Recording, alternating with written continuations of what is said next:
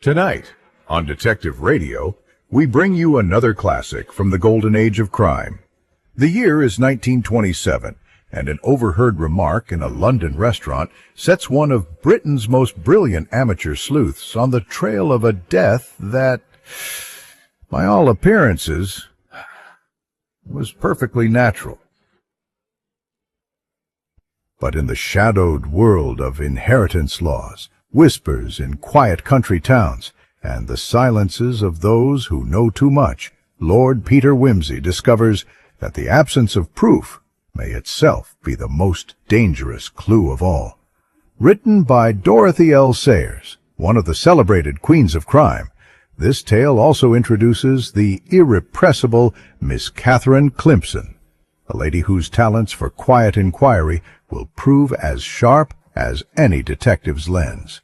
And so, my friends, settle back and listen closely, for in this story, the truth lies not in what can be seen, but in what refuses to be found.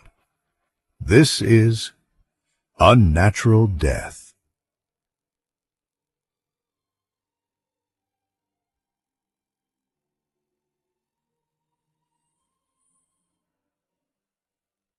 More coffee, my lord. Thank you, Bunter. We kept you up rather late last night, Bunter. Don't mention it, my lord. Did Inspector Parker get a cab all right? There was one on the rank, my lord. Good. Is this my cousin's marmalade you gave me this morning? Yes, my lord. It's a bit watery. Really, my lord? Yes. Funny thing about women, the stronger they are, the weaker their marmalade. I wonder why they're so keen on making the stuff. I'm told it has a soothing effect on the nervous system, my lord. Ah, that might explain it, Bunter. Still, I think we'll go back to the Oxford tomorrow if you've no objection. Certainly, my lord. Good.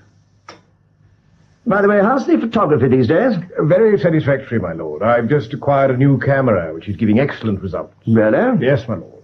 A Thornton Pickard.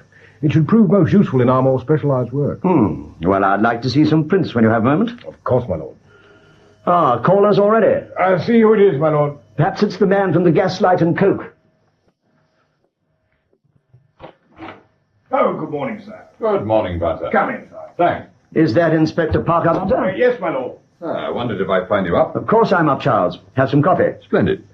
We thought you might be the man to read the meter. Look, you can't have had breakfast. Let Bunter get you some. No, I'm quite all right, thanks. It'll be no trouble, sir. No, really, Bunter, the coffee's just what I want.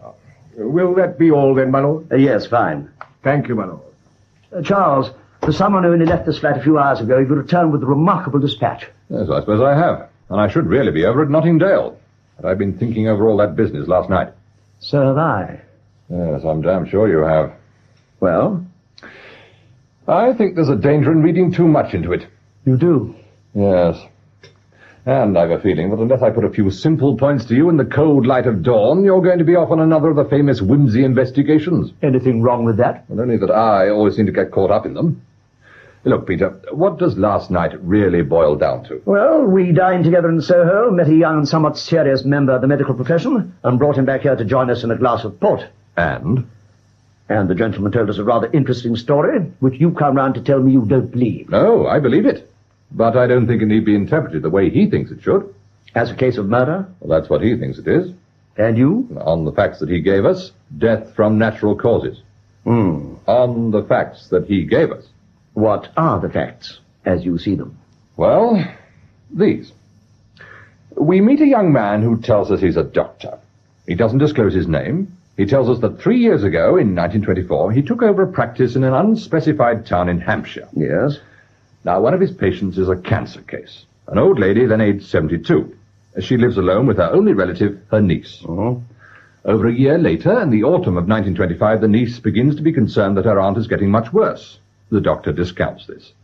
Early in November, he's called to the house in the middle of the night to find the patient in great pain, gives her a morphine injection, and examines her very thoroughly the following day, but finds nothing to worry about. 3 days later, the old lady dies. From natural causes? Is there any evidence to the contrary? No. No. Nevertheless, the doctor finds he is unable, with a clear conscience, to give a death certificate, since, in his opinion, there is no obvious cause of death, and he asks for a post-mortem, which he is able to conduct himself. However, as the deceased had wished for cremation, another doctor is required to sign the certificate jointly. The two physicians work on the autopsy together, it reveals nothing.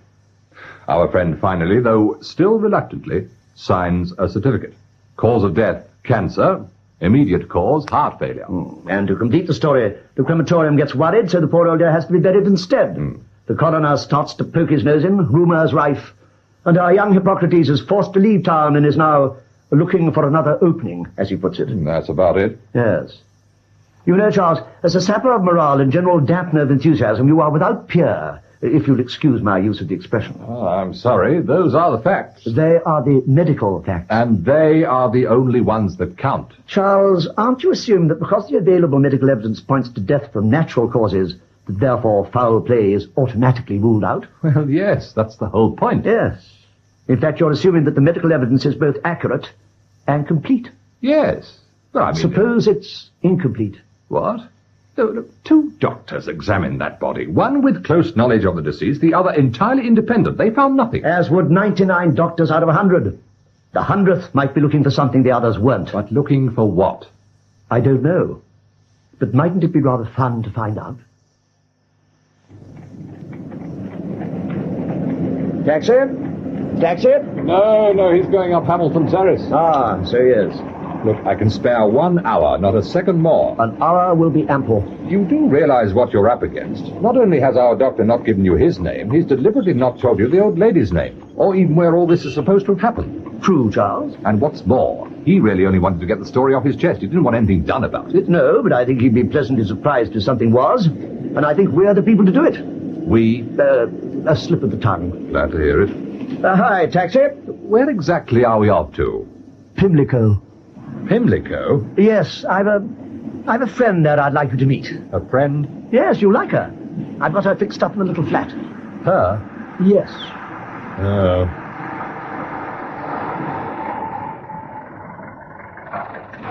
Where to, Gov? 197A St. George's Square. Right, sir. In you go, Charles. That's it. Yes, she's very comfortably fixed up. Only a modest little place, of course, but that's all she wanted. Really? Yes. How long? Only a few months. I see. She's quite unique, you know, Charles. A wonderful person. Splendid. Must be marvelous for you. It is. I'm sure you'll like her. Sure I will. And she'll be most intrigued to hear about our doctor friend. What's her name, by the way? Miss Clemson. Alexandra Catherine Clemson. But how very interesting, Lord Peter. Really extremely interesting. And how very disturbing for the poor young doctor. Exactly, Miss Clemson. Very disturbing. And you say that if there hadn't been such a scandal, he would be happily married by now. Married, certainly. And I trust happily. Such a pity. Yes. But of course, Miss Clemson, there's more to the affair than we've told you so far. Ah. Well, now before you go on, I must ask you both if I can offer you a cup of coffee. Charles? No, not for me, thanks. Are you sure, Inspector? With a shortbread biscuit? No, really, it's most kind of you, Miss Clemson. And I won't either, Miss Clemson, but don't let us stop you. No, Lord Peter, a little on the early side for me. Now, do go on. Well, what we've told you up to now are the essentials. But there are 1 or 2 rather interesting details to go with them. I see. Now, it seems that the old lady we're speaking of was very well off. She'd had to undergo an operation during the time she's been looked after by our friend the doctor, and because of the risk involved, he thought it wise to ask her if she had made a will. Well, she hadn't. She'd no intention of making one. Oh, most unwise. She said a will wasn't necessary because her niece who lived with her was her only kith and kin. Famous last word. Well, I know, but you'll never convince some people. No. Now, I gather, by the way, that a solicitor called on the old girl at some stage, managing to get her pretty worked up about something. But whether that had anything to do with the will, no one seems to know. Now, about the niece, Lord Peter, what sort of girl is she? Well, about 26, 27 or so, good education, self-reliant, keeps her head in emergencies, that sort of type. She'd been a nurse. Really? That's right. She'd been at the Royal Free. Of course, when she gave up her job to look after her aunt, nursing didn't come into it. She was more of a companion. I see. After the operation, it was a different matter. An outside nurse was brought in then. Whom the doctor seems to have thought pretty highly of. Oh, yes? Yeah, so much so that they got engaged to each other. Oh, I see. How romantic. Most. Now, I wanted to ask you, why did the niece start to get worried about her aunt's condition? Had there been some sort of incident? Well, that we're not clear about. All we know definitely is what happened early in November 1925. When the doctor was called out at night? That's right. He found she wasn't in any immediate danger, though, and gave her some morphia, and that was that. Next day he overhauled her very carefully, and somewhat surprisingly found she was doing even better than he'd supposed. Yes, and 3 days later, she was dead. Terrible. Indeed. And again, somewhat surprisingly from the doctor's viewpoint, no wound, no hemorrhage, no sign of a struggle, not a single obvious symptom. But, Lord Peter, would there be? I mean, the aunt was 73 by then. She had cancer. She had to go sometime. No, I know. Nevertheless... What? Well, one or two things don't seem quite right. For instance, I think that business of the old lady not making a will comes into it somehow. Oh, how? Well, I just don't know, Charles. And another thing, I believe cancer patients very seldom pop off in that rather unexpected way. Our young medico's aware of that, too. That's why he felt he had to have a post-mortem.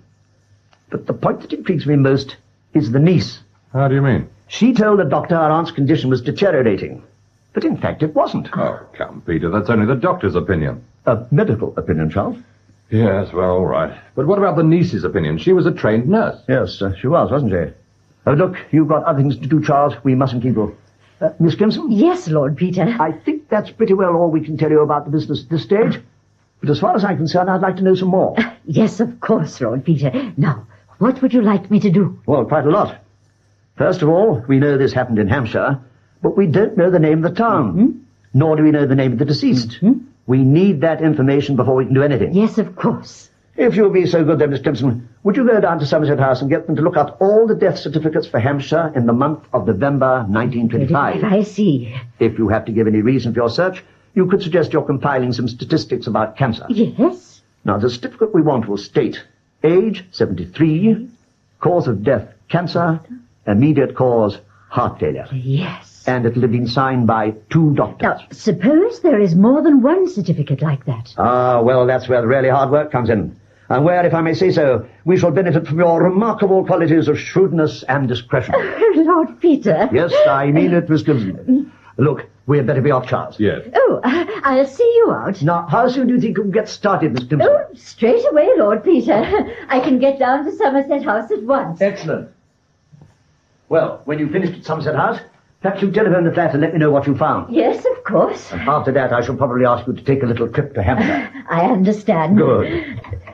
Now, is this your hat, Inspector? That's the one, Miss Clemson, thanks. It's been such a pleasure meeting you. Well, I hope we'll meet again, Miss Clemson. I'm sure you will, Charles. Now, we'd better make a noise like a hoop and roll away. Goodbye, then, Miss Clemson. Goodbye, Lord Peter. I'll telephone as soon as possible. Goodbye, Inspector. Goodbye, Miss Clemson.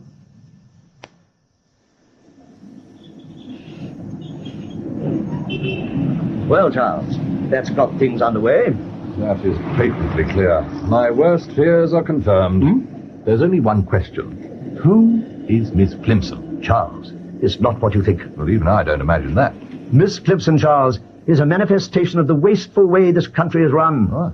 Thousands of ladies like her, mistresses of the art of gossip, are left unused, while the work for which they are so eminently fitted is inefficiently carried out by ill-equipped policemen such as yourself. Thank you very much. I'm quite serious. People want questions asked, who do they send? A man with large feet and a notebook. I send a lady with a long woolly jumper on knitting needles. Of course she asks questions. Everyone expects it. And because of that, Charles, she has a very good chance of getting results.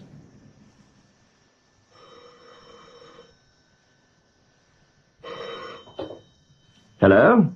Go ahead, caller. Oh, thank you. Lord Peter? Yes? Miss Clemson here, Lord Peter. I've just left Somerset House. Ah, good day, Miss Clemson. What sort of luck? Well, it all depends. There are 4 towns in Hampshire with certificates that match the details we're after. 4? Yes. Meryton, Woolbridge, Leehampton, and Harmsworth. Well, I think we're lucky it's only 4. How do you feel about finding which one it is? I'd like to very much. Good, excellent. What I thought of was that perhaps you might be a retired lady in easy circumstances, looking for a nice little place to settle down in. Yes. Hampshire would suit you very well, I imagine. Oh, very pleasant county, yes. Now, there's no need to rush over this. Let me have your reports just when it suits you. Right. I think you may have some rather tiresome spade work in the early stages, but once you hit the right town, I'm pretty sure you'll know fairly quickly. It's not that long ago since this particular death, and it won't have been forgotten yet by a long chalk. Matthew! you, Miss Clemson. Just back, Mrs. Budge. Lunch won't be long. Oh, no hurry, please. I've had such a busy morning. I'd be glad of a little sit down. Oh, I know how you feel. Been shopping, have you? Yeah, just one or two things, but there's always something else one seems to need. When you're away from home? Yes. Oh, I know. It's hankies with me. Oh. Pack everything but hankies. I've piles of them upstairs because of it. Always buying new. Oh, dear, how awful. No, most of this is knitting wool. I needed some more for my nephew's cricketing sweater. Oh, yes. Oh, those sweaters take a lot, I know. I'm on a tea cosy at the moment. Only 3 ounces, so I got off lightly. Yes, indeed. Well, what do you think of Lehampton then, Miss Clemson? Very pleasant, very pleasant. The winter gardens seem particularly charming. I thought I might take a proper walk around there this afternoon. Oh, yes, you should. Of course, we're quite famed for our winter gardens, you know, especially for our tropical plants. Oh, yes. Oh, yes. Come from far and wide to Lehampton, you know, botanists and people. Really? Oh, yes. And then there's the water, of course. Water? Oh, yes, water's very famous, Lehampton water. Very good for rheumatism, they say. Really? Yes. And the air's so good. You were staying at Meryton before, did you say? Yes, just for a few days, yes. Then I had a little while in Woolbridge. Meryton's very nice. That's where my sister lives. But I never think it's a patch on Lehampton. The air's nothing like as nice. Lovely air here, don't you think? Lovely, yes. Tell me, do you think I'll be able to find a good doctor here, Mrs. Budge? That would be most important. Oh, no trouble finding a doctor in Lehampton. No? Oh, no, bless me, no trouble at all. Now, I'm with Dr. Harper myself. He's such a nice man. I know you'd like him. He's just round the corner in Coppice Lodge. Oh, yes. Now, there's Dr. Frost. He's spoken very highly of. Bit expensive, but very highly qualified. And then there's Dr. Benson.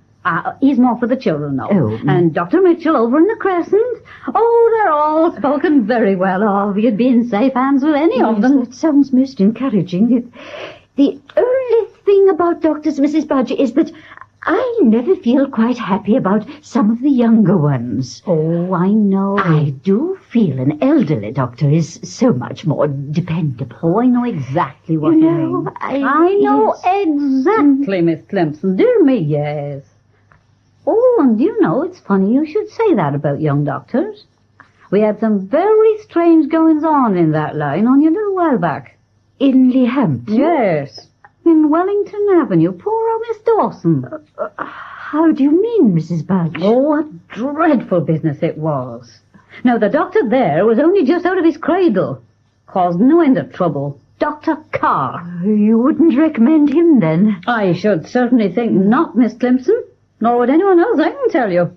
But you're quite safe anyway, because he left a few months ago. Went back to London. Oh, a dreadful business. Old Miss Dawson died of cancer. And that Dr. Carr had the cheek to say she'd been done in. You mean he... Done in, Miss Clemson. Good heavens, did he actually say that? Oh, no, not him. He never actually said anything. Just hinted. A very sneaky sort altogether. Oh, how dreadful. It was dreadful. I don't know how poor Miss Whittaker stood it all. Miss Whittaker? Oh, Miss Dawson's niece. Oh, yes. Such a nice young lady. Thought the world of her aunt. How she put up with it all, I just don't know.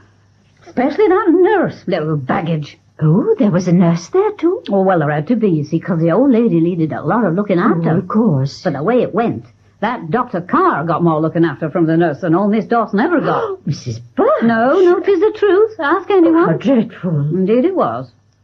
Fluttering her eyelashes at Dr. Carr when she should have been looking after the old lady.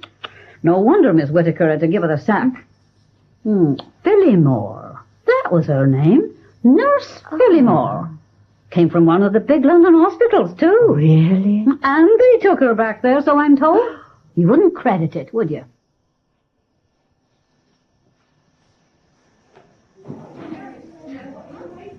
I'm afraid I'm still a little puzzled, Lord Peter.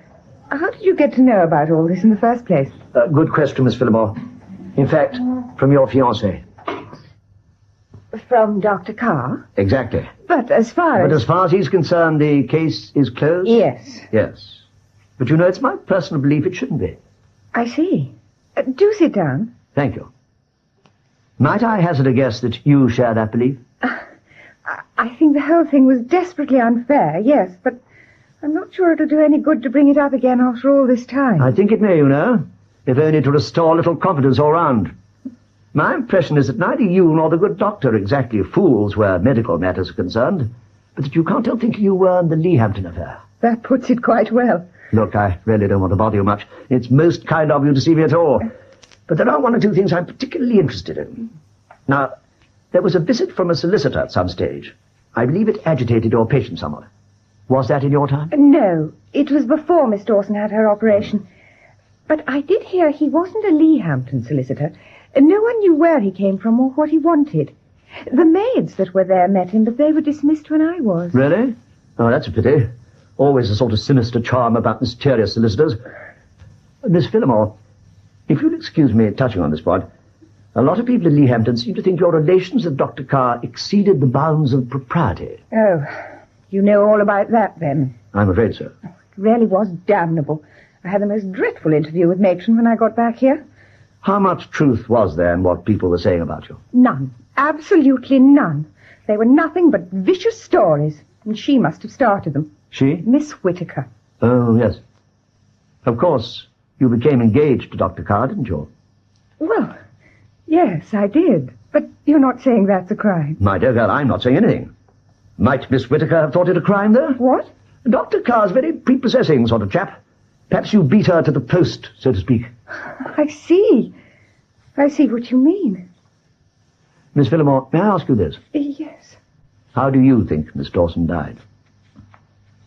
I think she was murdered. But I just don't know how. Who do you think did it? Miss Whittaker. I see. Well, look, I'm really most grateful to you. It can hardly be pleasant dragging all this up again. That's quite all right. In fact, you've been extremely helpful. Anyway, I'll make a noise like a bee and buzz off. Just one thing. Yes? The maids. The maids. Yes. Why were they dismissed? Oh, well, they were sisters. A lot of crockery was smashed, apparently. Miss Whittaker gave one of the girls notice, so the other left with her. They had a funny sort of name. Go to bed. That was it. Really? Go to bed? Yes. Bertha and Evelyn. They were very sweet girls. And was a lot of crockery smashed? I wouldn't have said so, but then I wasn't in the kitchen that much. Any idea where the girls went to afterwards? I'm afraid not. But I dare say you could find out. Yes, thank you. I dare say I will. You know, Peter, I still can't seriously believe there was anything odd about that woman's death. After all you've got to go on are people's opinions and a lot of silly gossip. Charles, I know there was something odd about it. And the deeper we dig, the odder it gets. You and Miss Clemson, you mean? Mainly Miss Clemson. She's been extremely active. I wish I could say the same. The trouble is I've been playing the waiting game for quite a while, and it doesn't exactly suit me. What do you mean? Well, after I saw Nurse Phillimore, I thought the best idea would be to have a word with those maids. So I put an advertisement for them in all the agony columns. Here. Thanks. Bertha and Evelyn go to bed, formerly in the service of Miss Agatha Dawson of the Grove, Wellington Avenue, Leehampton, are requested to communicate with J. Merbles, solicitor of Staple Inn, London, WC1, when they will hear of something to their advantage. Will they? Oh, yes. The main thing is, I will. Who's Merbles? Everyone's picture of the typical family solicitor. He happens to be our family solicitor. I see. I think it may be revealing to know something of the Dawson household from below stairs, so to speak. Yes. The mid-morning editions, my lord. Oh, thanks, Butter. Let's have them. Certainly, my lord. There. Charles? I'll have the Star. Thanks. Will there be anything else, my lord? No, thanks. Thank you, my lord. Oh. What's London offering us today? Murder, mystery, or mayhem? Mystery, by the sound of it. Has yours got this Epping Forest business? What? A girl's body found in forest. No sign of foul play, say police. Yes, got it. The unidentified body of a young woman, fully clothed, was found early this morning in a secluded part of Epping Forest. Death, which appears to be from natural causes, took place about 2 to 3 days ago. Yes. Anything more? No, nothing that isn't padding. Ah. Hello? Oh, hello, Myrtles. Oh, have you? Excellent. Bertha? Yes? The letter's from her, is it? Oh, my landlady, I see. Disappeared? When? Tuesday. I see. 4 o'clock this afternoon. Yes, all right, Myrtles, don't worry. I'll be there just before. Good. Thanks so much. Bye. The advertisement? Yes. A letter from Bertha Gotobed's landlady. The girl hasn't been back to her lodging since she left there on Tuesday morning. The landlady then spotted the advertisement and got on to Myrtles, as she is pretty worried. In fact, she thinks he's responsible. She's calling on him this afternoon. How long has the advertisement been in? A bit over a week. Went in on April the 20th. May I use the phone? Of course. Charles, could it be... Would you give me Whitehall 1212? Yes, please. I think we ought to know, don't you? Yes.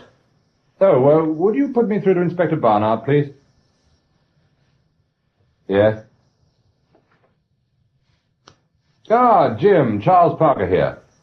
Yes, I know. Look, this Epping Forest business, body of a girl, is all I know is what they're carrying in the early editions. Anything through from Essex on identity yet? No, the papers don't give a name. Oh, would you? Yes, of course. He's just checking. Yes.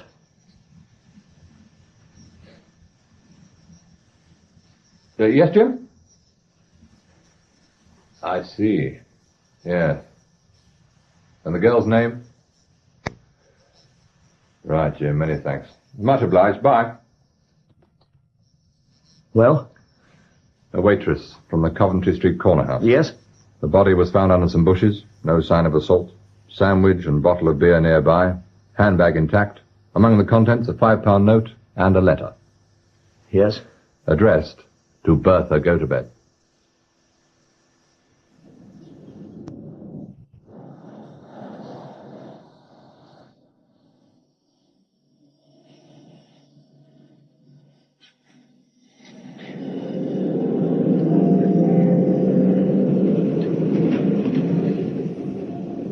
Yes, I'm sorry you missed me just now. You just got back. Oh, have you? Well, that's very quick work. South Audley Street, yes. Mrs. Forrest was the lady's name. I see. You made a delivery to her on the 26th. Fine. Well, thank you very much. That's most helpful. Goodbye. Come in. Lord Peter Wimsey's here, sir. Oh, thanks, Harvey. All right if I come in? Just come in. Take a few. Thanks. Well, how did you get on? As well as could be expected. The landlady is no longer suspicious of Myrtles. She's merely suspicious of me. And how about Myrtles? He's suspicious of me, too. Serve you right. Yes. To be honest, Charles, I feel nothing better than a murderer. A poor, sweet and simple child. Dead. Now, look, I'm sorry, Peter. but seeing that girl lying there under those bushes, it seems so ordinary. Just a pleasant little picnic on a sunny day in spring. And it hadn't been a picnic. Peter, I know exactly what you're feeling at the moment. I know it isn't pleasant. But may I remind you, first of all, that the girl's death is most likely completely unconnected with this other business. No, it's connected, all right. I'm sorry, but at the moment there is no definite connection. Secondly, as far as we know, the girl died from natural causes. That's what we're meant to believe. All right. We all know the views of Dr. Carr and Dr. Wimsey, but theory is one thing, facts another, and the post-mortem will decide the facts. Anyway, one result seems to be that I've been landed with all this officially. I gather you've been bending the ear of your good friend, the Chief Commissioner. I have. Of course, he thinks the whole thing's complete coincidence. I don't blame him. Well, why not let's see what we've got. All right, yes. Good. Now, tell me, did you get any sense out of the landlady? Indeed I did. She turned out to be a very sensible person, Mrs. Gulliver. The two go-to-bed girls came to her straight after leaving Leahampton. Oh, yes? They both got taken on at the corner house together, as waitresses. And Bertha was working there right up to the time she disappeared. Evelyn, though, met a Canadian chap who used to take his breakfast there and married him. They're both settled in Canada now. And you had to break the news that Bertha is dead, of course. Yes, indeed. Mrs. G took it pretty badly. She seems to be very fond of the girl. I told you might be in touch about formal identification of the body. Good, yes. And we'll have to get a cable off to Canada to the sister. I got the sister's address from Mrs. Gulliver.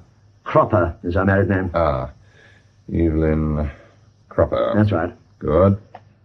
Well, any luck at your end? Well, some. We've managed to trace the fiver. Have you indeed? How about the beer bottle? Any fingerprints? I don't know. The laboratory lads have still got it. Now, about the £5 note. It was one of a series issued to a bank in South Audley Street. On the 19th, they paid it out with 2 other 5s and 10 1s against a cash cheque drawn by a Mrs. Forrest. Ah. They gave me her address. It's further up South Audley Street. She has a flat in a small block above a flower shop. You've been over there, have you? Yes, thought it worth having a quick check. Did you see the lady? No, she was out. Well, is there a porter there? Yes, but he wasn't around either. He's got a small flat at the back, where he probably nipped out to do some shopping. But the flower shop seems to know about most of the tenants. Not much about Mrs. Forrest, though, because she's not often there. Or she turns up occasionally and stays for just a night or two. They sometimes know she's in residence because they see Fortnum's van delivering provisions. So she does herself well, then. Yes. Now, I rang Fortnum's earlier, and they rang back just before you came in. They made a delivery to Mrs. Forrest's flat on the 26th, the same day Bertha disappeared. I see. Do we know what this Mrs. Forrest looks like? Yes. According to the flower shop girl, she has a most striking appearance. Tall, overdressed, hair peroxided, black eyebrows, powder very white, lips very red. Not hard to miss, one might say. Oh. And how does this striking lady get about? Does she run a motor? Yes, a Renault 4-seater. It's garaged at the back. The man there says it was out on the night of the 26th. The night Bertha didn't come back? Yes. It went out at 11:30, returned about 8 o'clock the next morning. Really? You know, on the face of it, this looks as if Mrs. Forrest could be called a provider of facilities. It looks a bit like it. I think we may find a gentleman somewhere who could confirm the theory. Mrs. Forrest brings the parties together and leads them to it. Something untoward happens and the body gets dumped at Epping. Parker? Oh, yes, put them through. Yes, hello? Yes? Oh, really? Just now, was that? Right. Well, that's most kind of you to bother. Thank you very much, miss. Goodbye. That was the flower shop. I asked them to the ring if they spotted Mrs. Forrest. She's just gone up to the flat. Has she, by Jove? Yes. Now, suppose you were accompanying me on an inquiry at any time. Could I rely on you to behave yourself, Peter? Ignoring your hurtful implication, of course you could. I wonder. And if you were accompanying me, could you provide yourself with a straightforward common or garden surname as opposed to a title? No problem at all. Miss Clemson suggested an alias might come in handy one day. We agreed on the name of her grocer, a chap called Templeton. Right. Well, in that case, Mr. Templeton, would you care to share a taxi to South Audley Street? Here we are. As you say, Charles, it looks as if the tenants do themselves quite well here. Yes, looks like it. Not that I go for all these springy carpets myself. No, it is a bit like being in a picture palace. Yes? Ah, Mrs. Forrest? Yes. Yes, I'm a police officer, Mrs. Forrest. My card. Detective Inspector Parker? Yes, that's right. And this is Mr. Templeton. Would you mind if we had a few words with you? What about? Well, might we discuss that inside? Well, yes, I suppose so. Come in, will you? Thanks. Mr. Templeton? Right. This way. Through here. Thank you. Please sit down. Thanks. Cigarettes are there. Well, what's this all about? We're engaged in certain inquiries, Mrs. Forrest, and feel you may be able to help us. Oh? Yes. It's a question of a banknote that's been traced to your possession. A £5 note issued to you by your bank on April the 19th. Oh, I see. You're not telling me it was forged or something? Well, that I'm not prepared to say, Mrs. Forrest. But you do admit receiving a note of that denomination on that date? Well, yes, I suppose so. I do remember drawing a cheque around that time for £25, I think. I see. So there wouldn't be just 1 5. There must have been 3. I generally draw 10 1s, and if there's more, the rest in 5s. There'd have been 3 5s. Well, can you tell us to whom you paid them? Well, that's a bit difficult. There was a bill from the garage. I paid them cash. I think there was a £5 note in that. Yes? Yes, I'm sure there was. Then I dined out the next day with a woman friend. That definitely took the second one. Now, where did the third one go? Oh, I know, Newmarket. Newmarket? On the Saturday. I put it on a horse. It wasn't even in the first 6. I see. Well, can you tell me which restaurant it was that you dined at, Mrs. Forrest, and the name of your garage? Well, Look here, Inspector. All this business about fivers, it's getting us absolutely nowhere. I don't care a continental curse about the beastly fiver. A reputation is at stake, and that is the only thing that matters. Now, please, Mr. Templeton. I'm sorry, but I'm going to get to the bottom of this. Now, tell me, Mrs. Forrest, who was it? Who was it? Who was here with you on the 26th? The 26th? You don't deny you were here on the 26th. Well, I was, as a matter of fact, but I knew it. You dined together that night, didn't you? Here. No. Now, don't deny it. Don't deny it. I insist upon knowing who it was, Mrs. Forrest. There was no one. Mr. Templeton. And they left at 11:30. I know. I insist on a name from you, Mrs. Forrest. I can't. I insist, Mrs. Forrest.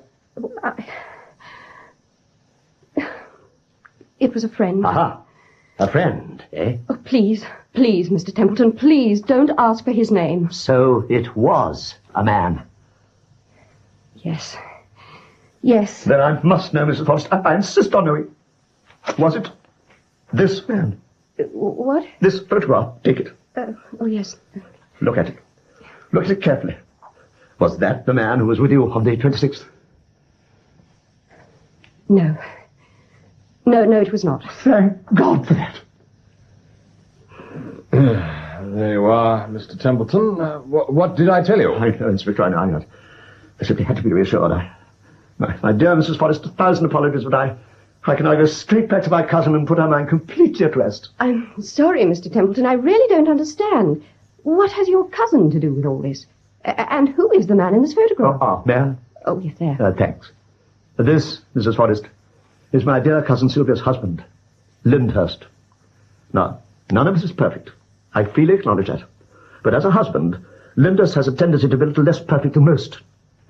A friend of the family, who happens to live in this part of the town, was returning home on the night of the 26th and saw someone closely resembling Lyndhurst leaving these flats at around 11:30.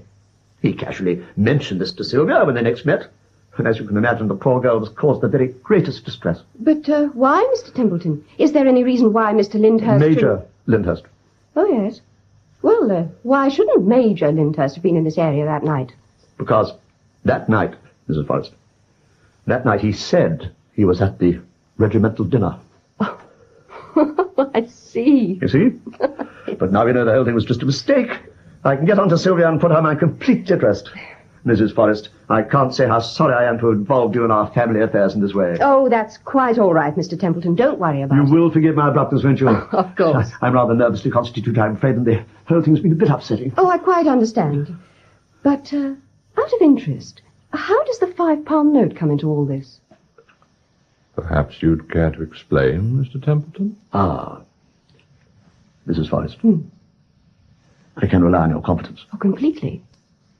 The £5 note was found in a pocket of Lyndhurst's regimentals, together with a lady's handkerchief. Oh. Oh, how very embarrassing. It was. And I'm sorry to say the matter's still shrouded in mystery. Yes, well, I think we'd best be off then, Mr. Templeton. Yes, of course. I'll see you out. I'm sorry to take up your time too, Inspector, but I really was most concerned. That's all right, sir. Well, goodbye then, Mrs. Forrest. Sorry to have troubled you. Not at all. Goodbye. Goodbye, Mrs. Forrest. Most kind. Do we need to call the lift, Inspector? No, sir. It seems to be here still. Oh, good. After you, sir. Thanks. Now, may I ask what the devil you think you are up to? A good question, Charles. Ground floor? Yes, and you'd better have a damn good answer. I'll think one up when we get back to the flat. Going down?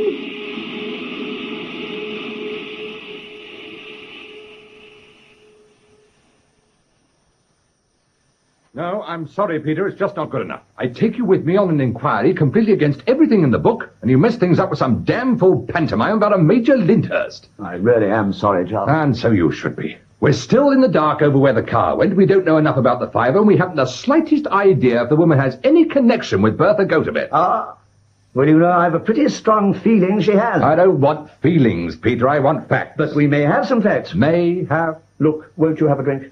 I'll just ring for Bunter. What do you mean, we may have facts? Well, for a start, dear Mrs. Forrest's reactions. Wouldn't you say she was somewhat worried? Well, yes, extremely worried, but who wouldn't be with you going up in the air like that? But that woman was guilty. You could tell. Oh, for heaven's sake. Look, she probably got a divorce coming through and didn't want to tell us about her gentleman caller. Well, look how relieved she was when she saw you were on a different tack. Yes, she was relieved. Very much so. It's what she was relieved about that's so interesting. Ah, Bunter? You rang, my lord? Yes, let's have something to drink. Charles, what would you like? Scotch, I think, please. Good, and I'll have a pink gin. Very good, my lord. I'm sorry, Peter. I cannot see what you're driving at. Simply that Mrs. Forrest seemed more relieved to find us thinking she had a man in that night. Any man. Rather than a woman. Well? Therefore, my dear fellow, she did have a woman. More than likely, Bertha go to bed. I see what you mean. All right, I know you wouldn't class it as fact. But I'll be able to let you have something absolutely factual fairly soon. What? Another photograph of Major Lyndhurst. Oh, Major Lyndhurst. Look, now, who is this Major Lyndhurst? Ah, you may well ask. Major Lyndhurst is really our secret weapon. Let me carefully remove him from my wallet. There. Don't touch him, whatever you do. What? Look, who is this chap, Peter? This photograph, it grieves me to say, is a snapshot of my brother Gerald, the 16th Duke of Denver, sent to me in this morning's post by my mother. Her reason for sending it is a complete mystery. Nevertheless, it has already proved itself to be of the greatest practical value. I don't follow. Of course you do, Charles. I've looked at it. You looked at it. Mrs. Forrest has looked at it. Yes? And Mrs. Forrest has handled it. You old devil. That's splendid, Bunter. Just here will do. Very good, my lord. Will you take soda, sir? Yes, please, Bunter. By the way, how's the new camera, Bunter? Very satisfactory, my lord. It has produced some remarkable studies of my sister's goldfish, and I'm printing them now. Splendid.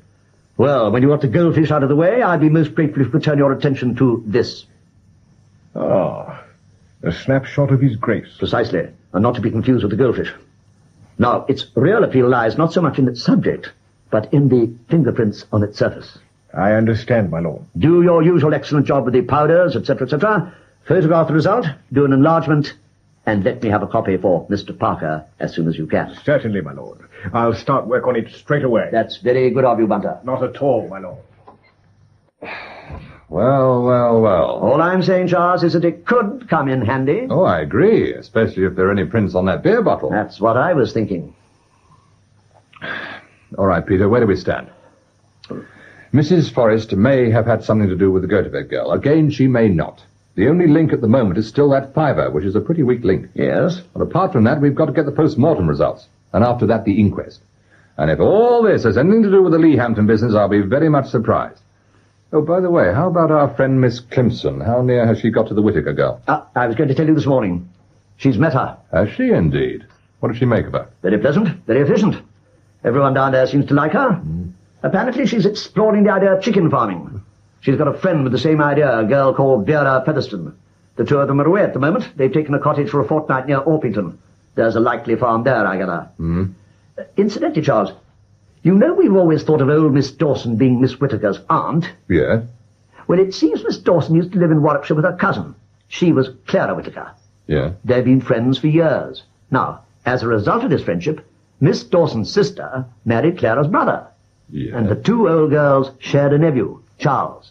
Charles. And Charles's daughter, Mary, is our Miss Whittaker. Oh, I see. So although she always called Miss Dawson aunt, in fact she was really a great-aunt. Not such a close relation as we thought. No. Well, lucky for her, there wasn't anyone closer. Exactly. And another... Good heavens, Charles. I think you've hit it. What? I bet you anything that's it. Look, this is 1927. All right? Yes? And old Miss Dawson died when? 1925. November 1925. November 1925. And without making a will. Charles, we must get on to Merville's. Merville's? My solicitor. Now, what's his number? It's nearly 7. He'll have left his office ages I'll ago. bring it home. I'll see if we can get around here. Bunter can do us all a steak. Charles, I think we're onto something at last. I may be wrong, but I don't think so. It's something I read in a paper about a new act. An act? Act of Parliament. A new Property Act, Charles, which I'm pretty sure came into force on the first day of 1926. Now, look, I knew this had happened, Myrbles. I saw the danger signal as soon as you said the new act makes everything simpler. That was certainly the Act's intention. Yes, well, our laws are littered with good intentions. Every act that makes things simpler needs another to disentangle it. Some more port, Charles? Thanks. There you are. That do you? Fine. Myrbles, drop more for you. No, thank you. I'm doing very well. Well, help yourself if you want to. Don't forget the cigars. Thank you. Surely, from what you've been saying, Mr. Mebbles, any difficulty in interpreting the new Property Act lies in defining the word issue. If any brother or sister dies before the intestate, then to his or her issue. Oh, that's perfectly correct, Inspector.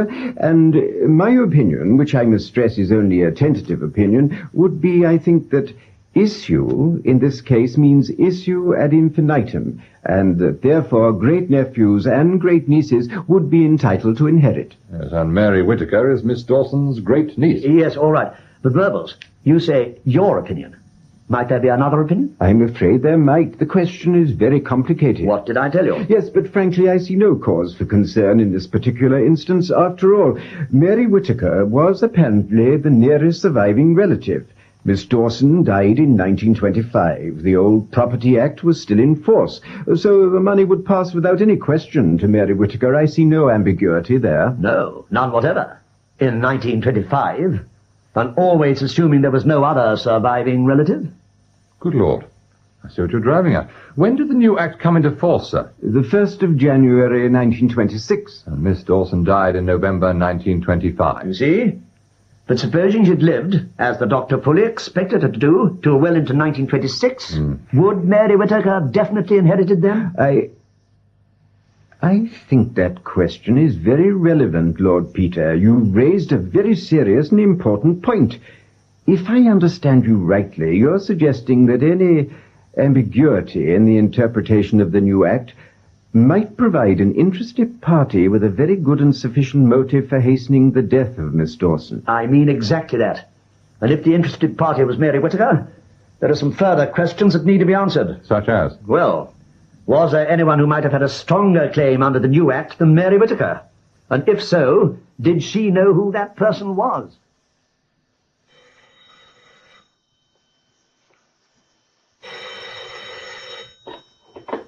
Parker? Charles, it's Peter. Oh, hello. Did you get my message about the go-to-bed post-mortem? Yes, Bunter told me. A heart condition, would you believe it? Well, that's what they found. Apparently the girl had just eaten a heavy meal, and that brought it on. It doesn't quite tie up with beer and sandwiches in Epping Forest. And there were no fingerprints on the beer bottle? No, only glove marks. I see. Well, the inquest will be pretty straightforward. I think it will. Oh, that was an excellent enlargement Bunter did of the fingerprints on that snapshot. Pity we couldn't tie it up with anything. Oh, well, look, what I really rang about was a letter I've had from Miss Clemson. May I read you a bit? Yes, do. Well, after our chat with Myrbles last week, I wrote to Miss C. asking her to pursue the idea of another claimant to the Dawson estate. Yes? Well, I've had a reply this morning. I'll read you the bits important. She says, I've just heard something which may be of use. Mrs. Budge remembers talking to a lady who acted as housekeeper to Miss Dawson before the time of the go-to-bed girls. I see. This lady mentioned, amongst other gossip, a rather unusual visitor who had called on Miss Dawson one day. Yeah? He was a black gentleman, she believed from the West Indies, who was, moreover, a clergyman. What intrigued the housekeeper especially was his visiting card, which was inscribed, the Reverend H. Dawson. Good heavens. Exactly. A relation? Well, that we don't know. Anyway, I got onto my old chum, Bishop Lambert, and we're trying to track the Reverend down. Well, I wish you luck with him. By the way, how about your favourite suspect, Miss Whittaker? Is she still looking at chicken farms? She's due back tomorrow, together with her friend Vera. I'll be interested to know how their expedition went. How do you mean? I'm wondering if Miss Whittaker's search for a chicken farm took her as far as Epping Forest.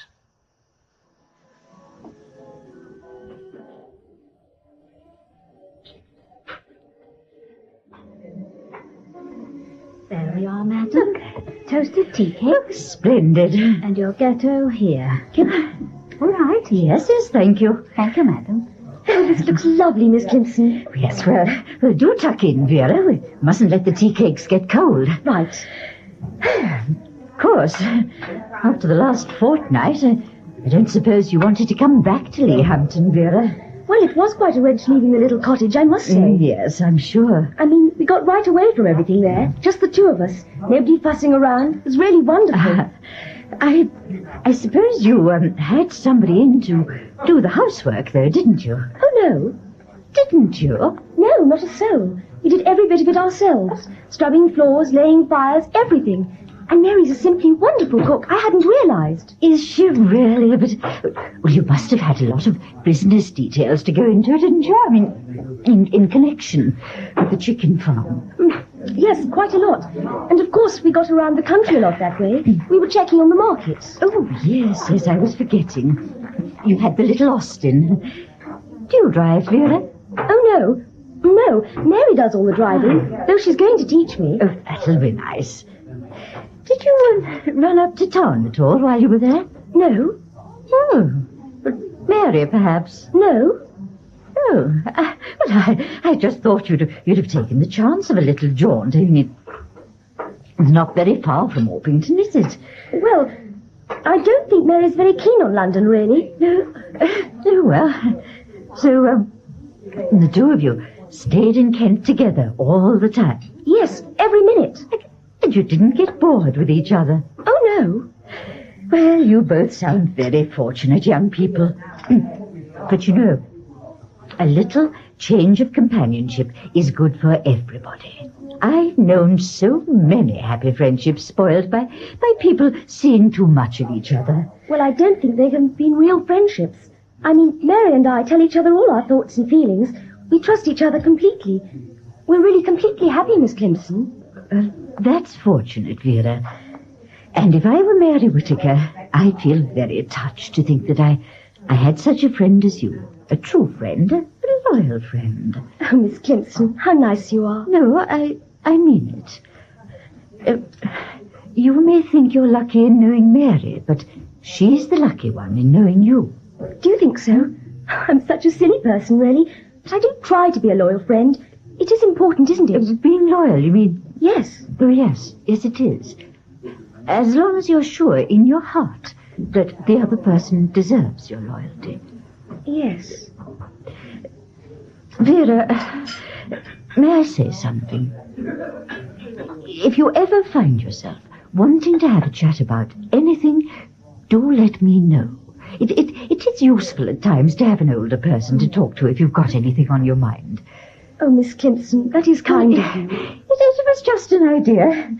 Hey, but when I was your age, there never seemed anyone I could go to for advice. All my aunts and uncles, they were very nice, but I could never talk to them. Oh, I know what you mean. So, if you ever have anything worrying you, Vera, and you want to get it off your chest, just let me know, and we can try and sort it out together.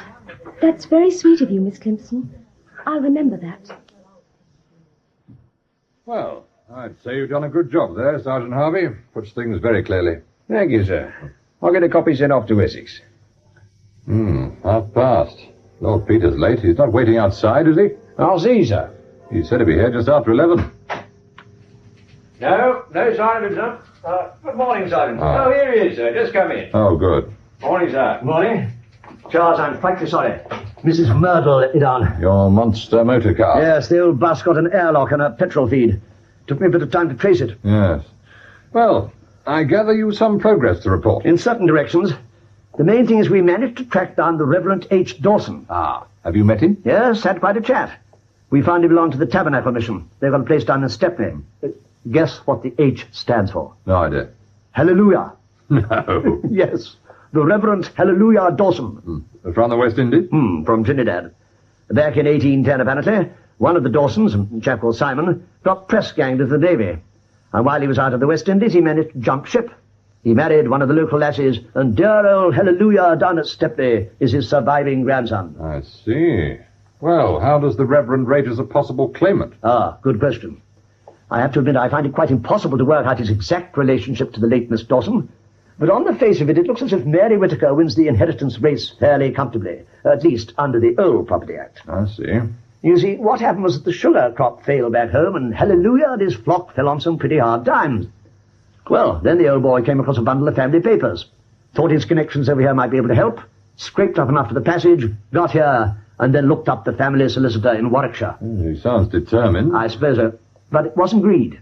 It was simple poverty. Well, when he showed the solicitor all his papers, the solicitor had to point out that the old boy's relationship to Miss Dawson was extremely distant. But he gave him a letter of introduction, and hallelujah went down to Leehampton to call on her. Yes? Well, apparently Miss Dawson was absolutely charming. And although he made it completely clear he hadn't the slightest claim on her, she upped and made him a yearly allowance, which continued till her death. Ah, and what happened after her death? Nothing. Nothing? Miss Dawson had told him she didn't like the idea of making a will, but that her niece would continue the allowance on her behalf. And she didn't continue it? No. Can we confirm this chap's story? Indeed we can, and have. Oh, how? Because I got him to give me the name of the solicitor he went to see. Chap named Probyn. I then went round to Merville's and got him to phone Probyn up. Probyn confirms the whole thing. More than that. Probyn turns out to be a sort of missing link all in his own. How do you mean? Do you remember that business of a mysterious solicitor calling on Miss Dawson? Oh, yes. Well, it was Probyn. I see, yes, but... After his visit, Miss Dawson took all her affairs out of his hands and transferred her custom to a Leehampton firm. Oh, I see. That's what puzzled me. Yes, that's why no one seemed to know about him. But what did he go and see her about? He went to see her for the simple reason that he was an extremely capable solicitor. He'd been going into the wording of the proposed Property Act and realized it contained certain ambiguities. He then reviewed the position of all his clients who might become victims of these ambiguities if they were to die without making a will. And Miss Dawson was one of them. So he went down to warn her? Exactly. And unfortunately timed his arrival just after Dr. Carr told her she must have an operation. And after Carr had been talking about making wills. Yes, and of course the old girl blew up in Probyn's face, saying there was a conspiracy to frighten her into dying. And from that day to this, he's had no contact with any member of the family whatsoever. Oh, well. You know, I wonder if that wasn't it.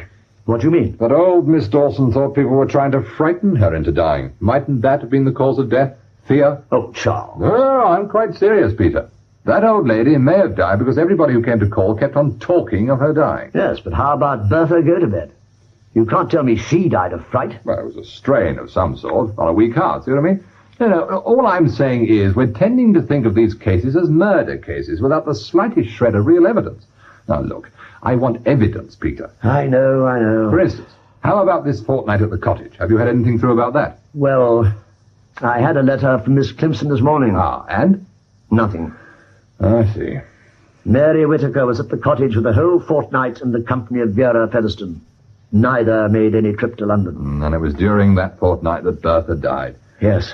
So, another theory goes west. I'm afraid it does. Oh, excuse me, Peter. Parker? Oh, yes, good morning. Yes, he is. Just hold on. It's for you, Mr. Merbles. Really? Wonder what's up. Hello, Merbles? No, not at all. Evelyn Cropper? Oh, Evelyn Cropper, Bertha's sister. I thought she was in Canada. Oh, I see. That sounds interesting. Did she, by Jove? Mary Whittaker, you mean? That is interesting. Look, I think I should have a chat with Mrs. Cropper. Good. All right, Mervils. Say I'll be round to Mrs. Gulliver's to have a word with her. Goodbye. Oh, Charles, that was most interesting. That I gathered. Evelyn Cropper's come over from Canada to see her mother. And she's been telling Mervils of a pretty little scheme to get Miss Dawson to sign a will. A scheme that failed. Whose scheme? Mary Whittaker's. And involving the Gotobed girls as potential witnesses. What? Oh, quite innocent witnesses. Sounds a pretty devilish piece of deception altogether. I can see why she wanted those girls out of the house. Charles, I wonder if she knew where they'd moved to in London. Well, how do you mean? Well, look, the fact that at the time of Bertha's death, Mary was down in Kent rules out direct involvement. An accomplice? Exactly. You don't mean the striking Mrs. Forrest, by any chance? Why not? Well, we haven't the slightest proof they know each other, Peter, that's why. No, but I think we ought to try and find out. Come in. Sorry to worry you, sir, but I think you should see this. I've just been going through it. What's that, Harvey?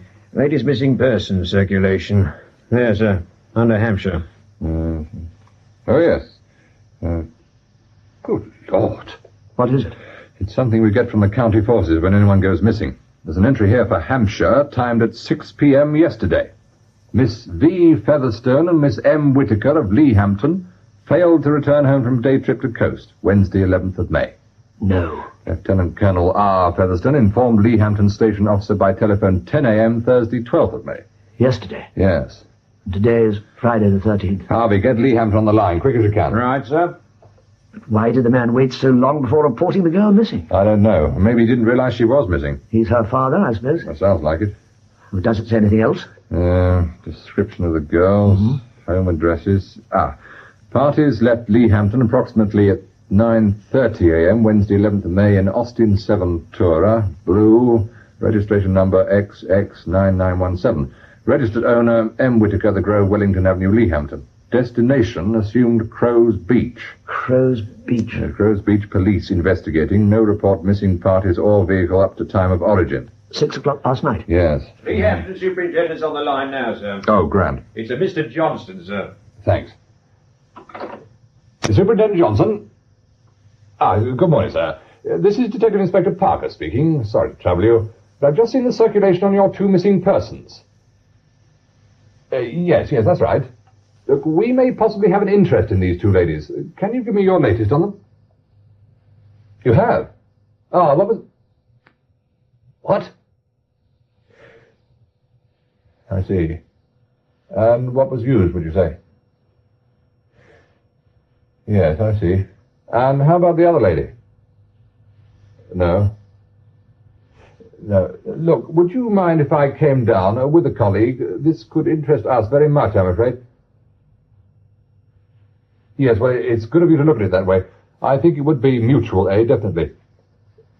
Yes, fine. Yes, we'll go straight there and see your man probably by 3:30 or so. Inspector Rogers, I see. Good. Many thanks, sir. Goodbye. Well? They found the car, and they found Vera Featherstone. There's no trace of Mary Whitaker. And? The Featherstone girl is dead. God. It was a very powerful blow. There was a big spanner nearby. I see. Where was this, Charles? Under some gorse bushes, about 10 miles along the coast from Crow's Beach. A place called Shelley's Head.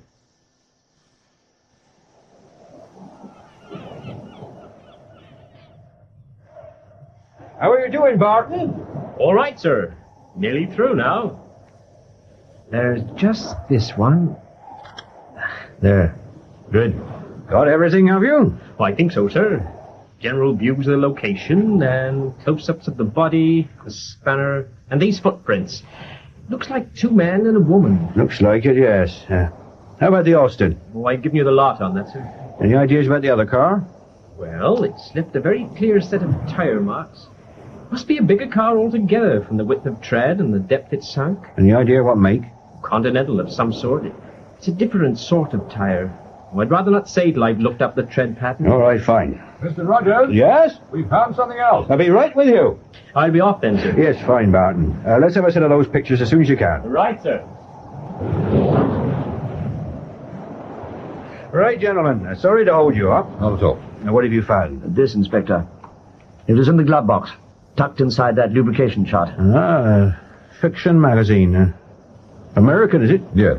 The Black Mass. Yes, and do you see how someone's underlined the first 2 words? Yes, the black. Do you think it means anything? It might be a sort of message. Well, what do you make of it all? Well, it looks straightforward. Murder and abduction. Yes, the 2 girls are picnicking, 2 men arrived by car, struggle. 1 girl killed by a blow from a spanner, and the other one taken off heaven knows where by heaven knows whom. Yeah. The only thing we've got is that cap with the label of a firm in Stepney. It's not much to go on. No, not a single fingerprint. How about the dead girl's parents? Any help? Well, they could tell us whether Miss Whitaker called for their daughter at 9:30 in the morning the day before yesterday. The girls were just going off for the day. When they didn't come back in the evening, the Featherstones thought they'd probably just left it rather late before starting back, and they decided to put up at an hotel for the night. They were expecting a phone call from them. I see. When they hadn't heard anything by the next morning, Colonel Featherstone went round to Miss Whitaker's and found the maids there knew nothing either. So then he got on to us. Inspector, you say the police doctor's in no doubt about the cause of death? Not at all. Why'd you ask? I'd expected a bit more blood about somehow after blowing the head as heavy as that. I see. And there are some marks around the nose and lips that look almost like chloroform burns. Really? Well, I expect the doctor will be able to tell us a bit more when the body's back in the mortuary. Yes, of course. Well, I think we've seen all there is to see here, Mr. Rogers, and I don't want to hold things up at all. Should we get back to Leehampton? Good idea. There might be some news of Miss Whittaker. Here, you go on, and I'll join you at the station as soon as I can. Grand. Right, Peter, let's be off, shall we? This is horrible. The whole thing. Yes, it is horrible. Look, take a tip. Don't think of the girl. Just think of getting who did it. Yes. All right. I'll tell you what. I'll drop you at the Leehampton police station and then pay a call on Miss Clemson. Oh, yes, I was forgetting her. She's pretty sure to know the girls are missing, but she won't have heard about Vera yet. Anyway, it'll be worth seeing if she knows something we don't.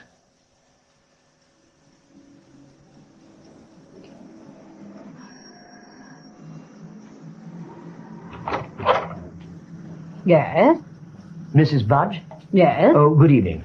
I'm a friend of Miss Clemson's. Oh, yes. How do you do? It's Mr. Templeton, isn't it? Yes, that's right. Oh, yes, Mr. Templeton. She left you a letter. A letter? That's right now. It's just here somewhere. There we are. Thanks. Yes, she said you might be calling. She'd had to go up to London, you see. Really? Yes, poor dear. It is her brother. They think it's pneumonia. Her brother? Oh, dear.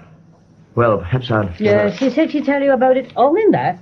Such a shame, because she was so looking forward to seeing you again, she told me. But, of course, she was very worried about her brother, and I don't blame her. I know when my Good sister God. was... Yeah, for what? This is dreadful. Yeah, well, I know she was worried about him, and I Mrs. don't... Budge, I must go. Do excuse me. Well, won't you stay there? I'm afraid I can't, Mrs. Budge. It's most kind of you, but I must go. Oh, dear. Well, what? I'll tell Miss Clemson you called, shall I? Yes, of course. Then I called. Oh, well, poor Mr. Templeton. He was upset. Any idea what might be holding him up, Mr. Parker? Oh, maybe his car. Oh? We had some trouble getting it started. Airlock or something. And I can't imagine Miss Clemson will have much to tell him. He'll be in for a shock when he does get back here, anyway. Yes.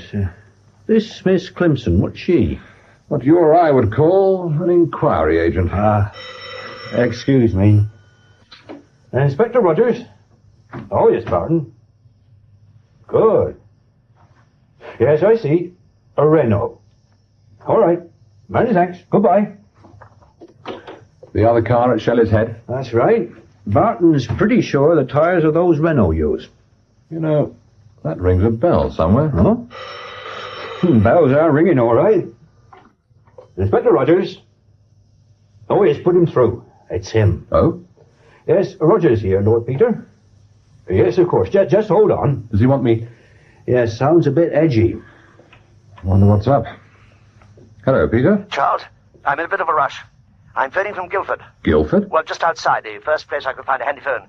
Look, I can't explain everything, but Miss Clemson phoned the flat. Bunter told her we were here, so she left me a note. Yeah. She's taken the 6:10 to London, and I'm after her in the car. She doesn't know Vera's dead, and I've a feeling she's walking into trouble. What do you mean? Vera sent her a letter the day she went to the coast. Oh? She got the letter yesterday. Vera wanted her advice. She thought someone was putting pressure on Mary Whittaker. How do you mean? Blackmail? I don't know. She came across some things that worried her while the two of them were staying at that cottage. She was looking around the writing desk for a pencil and found Mary's checkbook slipped under the blotter. Mary had just gone to answer the front door. Yes, well? Well, the checkbook was open so she could see the stubs. The top stub was made out to cash for £10,000. Good Lord. Well, she took a peek at the other stubs. There were 3 cash checks for £10,000 during February and March. And blackmailers prefer cash? Yes. Miss Clemson had fixed a lunch with Mary today and was hoping to get some clue to it all then. But of course Mary didn't turn up. Then she heard that the girls were missing. Yes? But the other thing, Charles... Yes, but look, talking of mysterious checks, wait till you hear what we've got. What? I've just had a call from the Yard. Your chum, the Reverend H. Dawson, walked into a bank in Stepney this afternoon with a cheque for £10,000 made out to bearer, signed by Mary Whittaker and dated yesterday. What? Yes, I thought that would shake you. The bank manager read in a London paper at lunchtime that a Mary Whittaker was one of 2 girls missing. When he saw that cheque an hour later, he phoned our chaps at Stepney. They've got the Reverend there now. But, Charles, he couldn't have... Couldn't he? How about that cap we found near the body? That came from Stepney. And how about those words on the magazine? What, the black? Meaning a West Indian? Good heavens. Charles, that cheque, how did he get it? Well, according to him, it came in this morning's post, with no covering letter. Address on the envelope typed, postmarked WC1. It doesn't ring true to me. Anyway, we're going over the cheque for fingerprints. If there's no sign of hers on it, it could easily be a forged signature. Yes. Look, Charles, I simply must get on. I've had a horrible thought about the way these people died, and I'm dreadfully worried about Miss Clemson. Miss Clemson? What do you mean? Charles, at the moment, all Miss Clemson knows is that Mary Whittaker and Vera are missing. She doesn't yet know Vera's dead. She's desperately concerned about the girl and is very bravely trying to find out on her own what's going on. The point is Vera told her something else she found at the cottage. What? A delivery note from Fortnum and Mason. A delivery note? Addressed to our old friend, Mrs. Forrest. No. That's who Miss Clemson thinks is behind all this, and I'm pretty sure she's right. Don't you see, Charles? I simply got to get to Mrs. Forrest before Miss Clemson. Yes, but Peter, if that note... Peter? Oh, blast. Has he hung up? Yes. Good Lord, Rogers. Those tyre marks. What, the Renaults? Yes. Mrs. Forrest runs a Renault. And who's Mrs. Forrest? Oh, no. Shall I answer? Please. Inspector Rogers' office? May I speak to Inspector Parker, if he's there, please? Parker speaking. Who's that? Sergeant Harvey from the yard, sir. Oh, yes, Harvey? It's about that check, sir. Yes? We put it through for fingerprints, and we've got prints of 4 different people. Yeah. Dawson, who brought it in, the cashier, the manager, and a 4th person. Nothing on the records for any of them. I see, so that's that. Not quite, sir. It's that 4th person. There's a right-hand thumbprint on the check, very clear impression. What about it? Well, it matches something we've got in the office. What? Yes, sir. A thumbprint on that photograph Lord Peter gave us. We have it filed under the name of Forrest at an address in South Audley Street.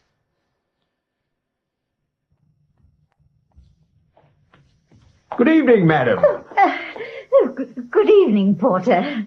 Turn a bit chilly? Yes. Do you know your way, madam? Mrs. Forrest, I want. I think she's flat number 3. That's right, madam. 2nd floor. The lift's just here. Oh, thank you. Just press the button marked 2nd, madam, and when you get out, flat 3's on your right. Oh, thank you so much.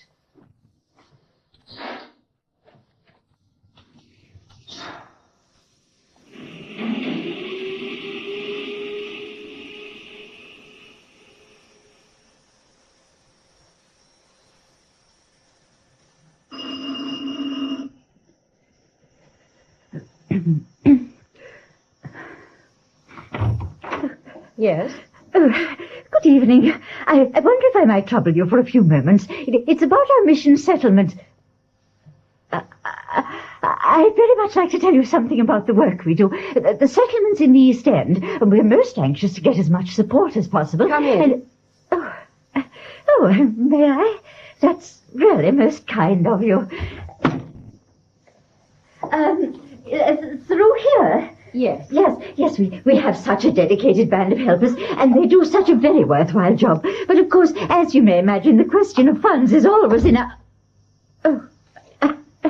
Yes, it's always a matter of making ends meet, you see. So what we're hoping to do is to add to our circle of subscribers. And I wondered if you might perhaps be willing to...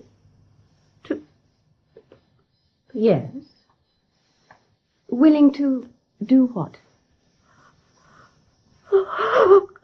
To do what, Miss Clemson? It's you.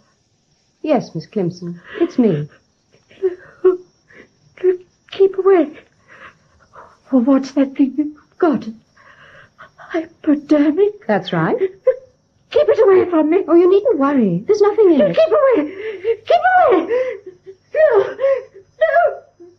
Yes, Miss Clemson. Yes. You needn't worry, my dear Miss Clemson. There's nothing in it. What the hell? Stay right where you are, if you please. That's she. That's a woman. What the hell are you doing here? Stay right where you are. What's the meaning of this? Who are you? You're not the porter. No, madam, and you're not Mrs. Forrest. What? I'm a police officer, madam. Sergeant Harvey, Scotland Yard. No. Constable. Sergeant? See the lady, will you? Yes, Sergeant. Right. Mary Whittaker, alias Forrest, I arrest you on the charge of Yes. attempted murder for a start. Is that all? No, Miss Whittaker, very probably not. And I must warn you that anything you say may be taken down and used in evidence at your trial. Trial? Oh, look, this is quite outrageous. Your whole attitude. This woman forced her way into my flat and attacked me. And how is it that she's now lying on the floor unconscious? It was self-defense. I struggled with her and she fell against the table. Indeed, Miss Whittaker. Now, would you mind passing me that hypodermic, please? This? Yes, please. Oh, very well. Thank you. I don't know why you're bothering about that. It's what I use for my neuralgia injections. Really? Yes. It's completely harmless. There's nothing in it. But of course, that's just how you like it. Miss Whittaker. What the devil do you mean? I wouldn't exactly call that hypodermic. Harmless. It doesn't need anything in it. The way you use it. Now, are you really sure you're all right, Miss Crimson? Perfectly. Sure? Perfectly, thank you, Mr. Parker. Here we are, my lord. Ah, Bunter, splendid. Miss Crimson will be most grateful. You care to try this, madam? Oh, thank you. What is it? It's Bunter's patent pick-me-up, Miss Crimson. Do you the world of good. I strongly recommend it. Really? But mightn't I get intoxicated? You might. But after what you've been through, why not? Well, all right. Oh, I say it. It's good. There. What did I tell you? Oh, it's really good, Bunter. Thank you very much. Not at all, madam. Thank you. Well, there we are, Charles. The end of the case. And nearly the end of you, Miss Clemson. What a day it's been. Oh, that woman's face, Lord Peter. I just can't believe I'm alive. I can imagine. But I still don't understand about the hypodermic. There wasn't any poison in it or anything. I know there wasn't. That was the whole idea. But how did you get onto it? Mrs. Myrtle. Your car? Yes. Remember this morning when I got to your office late? She had an airlock in her petrol feed? Of course. And we had the same trouble this afternoon. Exactly. The whole thing came to me suddenly on the way back to town. When I got to Hyde Park, I found a call box and rang Dr. Carr to see what he thought. He could, as they say, have kicked himself. But you mean the hypodermic was only injecting air? Nothing but air. Look. The heart pushes blood round the body, right? It acts as a pump. Yes. Like the petrol pump in a car. Introduce a blockage into the bloodstream, and the heart stops pumping. I see. You see? The hypodermic is filled with air. This is injected into the bloodstream. The air bubble causes a blockage, and the result? Just another case of heart failure. No special symptoms. Nothing. Only one thing. What? Somewhere, the tiny mark of the needle. If you happen to be looking for it. Yeah. What a wicked mind to think of a thing like that. Wicked and knowledgeable. She's a fully qualified nurse, don't forget. Yes. And of course, as Carr pointed out, the one thing a nurse has to do when giving an injection, a normal injection, is to be completely positive there's no air trapped in the hypodermic. Yes, of course. But Mr. Parker, Yeah? Well, now, that sergeant I thought was the porter. How did he come to be there in time? Because I sent him. He phoned me at Leahampton with some information that proved Mrs. Forrest and Mary Whittaker were one and the same person. Ah, that woman had us fooled. I suppose all that bleached hair was a wig. Yes, as a matter of fact, it was. And that makeup? I know. Well, as soon as I knew about Mrs. Forrest, I knew you were definitely walking into trouble, Miss Clemson. I got Harvey to go straight round to the flats and contact the real porter. As luck would have it, the chap had spare keys to all the flats in case of fire. Ah. So Harvey borrowed the key to the flat, and while he was about it, the porter's uniform. It wasn't too bad a fit, huh? It wasn't. You see, we thought it could well be best to let you go on up to the flat when you got there, Miss Clemson, but with Harvey to keep an eye on you, just thinking he was the porter wouldn't worry you. I see what you mean. Well, then he went through to the entrance hall and waited for developments. You arrived first, and you just after, I gather, Peter. Just as Miss Clemson's taxi was pulling away, about 30 seconds behind. Good heavens. The moment you got into the lift, the sergeant and I made a dash for the stairs. We got up to the second floor just as you were doing your stuff about the mission settlement. Then she let you in. And when we heard the sitting room door close, we used the spare key to let ourselves in, too. That's amazing. But you know, what I don't understand, Lord Peter, is why. Why did she do all those terrible things? Why? God knows. Greed, I suppose. In fairness to her, Miss Dawson did want her to have her money when she died. The catch was the old girl wouldn't commit herself in writing. Then when the Reverend Hallelujah turned up and the new Property Act began to be discussed, she realized her position might be very precarious. But when you think of it, there are only two things she could do. Either trick Miss Dawson into making a will, or see that she died before the new act came into force. Yes, yes. Well, we heard today that in fact she tried a spot of trickery, but Miss Dawson caught her out. So that was that. She got the go-to-bed girls innocently standing by to witness the signing, instead of which they witnessed a row. And their knowledge of that row made them potentially dangerous. Yes. Well, she dismissed them, and must have made a point of knowing where they had gone to in London. Mm-hmm. But as regards her aunt, she was left with the simple alternative of seeing she died before the 1st of January 1926. And she did so with her little hypodermic. Horrible. But, Lord Peter, now, about poor Bertha Gotobed. Now, if Mary Whittaker was down at the cottage at the time she died, how can Mary have murdered her? Because at that time she wasn't at the cottage. She'd spotted by advertisement for the Gotobeds and had gone up to London. But Vera said she never left the cottage. Vera lied. I can't believe it. You have to believe it. Because when we interviewed Mrs. Forrest, she admitted being in London at the time in question. And as we now know, Mrs. Forrest is, in fact, Mary Whittaker. Yes, of course. So Vera was lying. But only out of loyalty. Because Mary asked her to say she'd never left the cottage. Though she couldn't have realized why she asked her that. She thought the trip to London was simply to pay off a blackmailer. She didn't know it was to murder Bertha. She sent you that letter because she liked you, trusted you, and simply had to tell you about those checks. But it's my guess she'd never have told you of Mary's trip to London. I think you're right. But those checks, where was the money going? To Mrs. Forrest, I'd say. Yes. Mrs. Forrest? The double identity.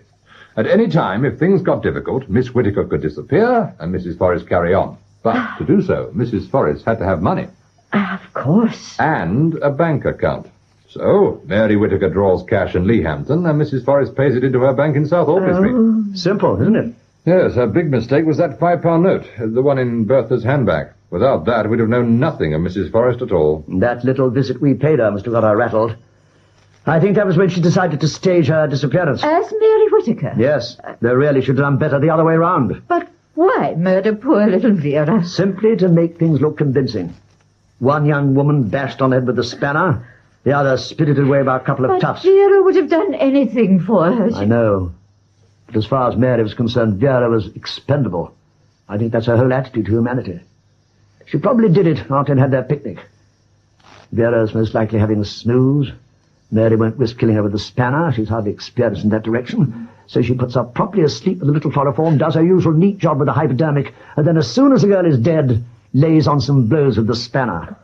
And because Vera's blood's already stopped flowing, the spanner doesn't cause much of a mess. Yes, of course. Well, then, Mary nips through the gorse to the Renault, which she's driven down from London the day before.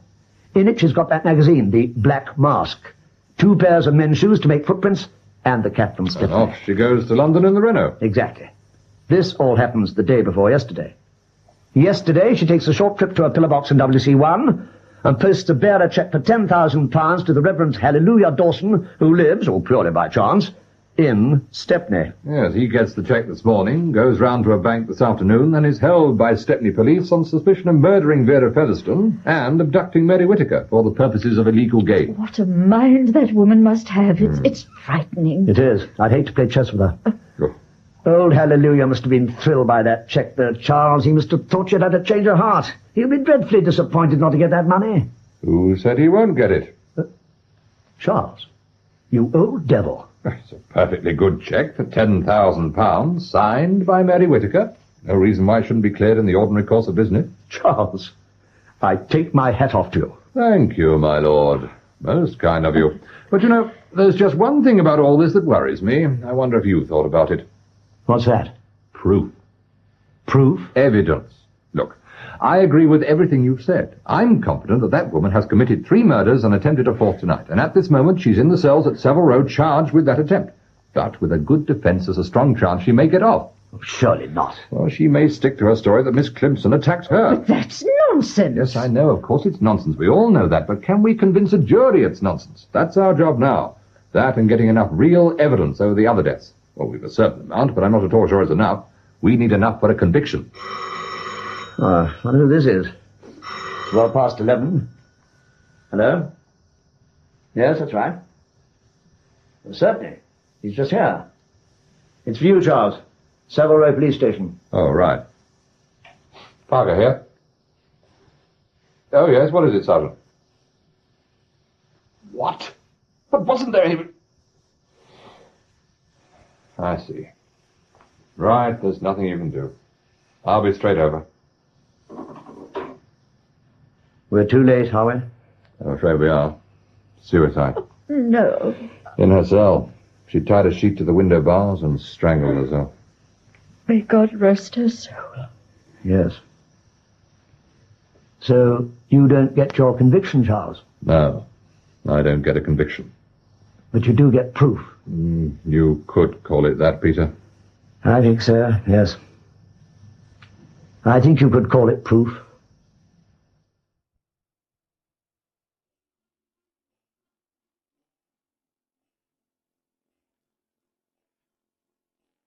You just listened to Unnatural Death, written by Dorothy L. Sayers, featuring Britain's most brilliant amateur sleuth, Lord Peter Wimsey.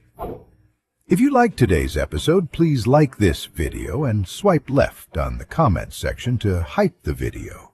This helps us reach more listeners. If you are eager for more episodes from this series, do leave us a comment. This is your host, Edward, signing off, with a promise to bring back another slice of mystery.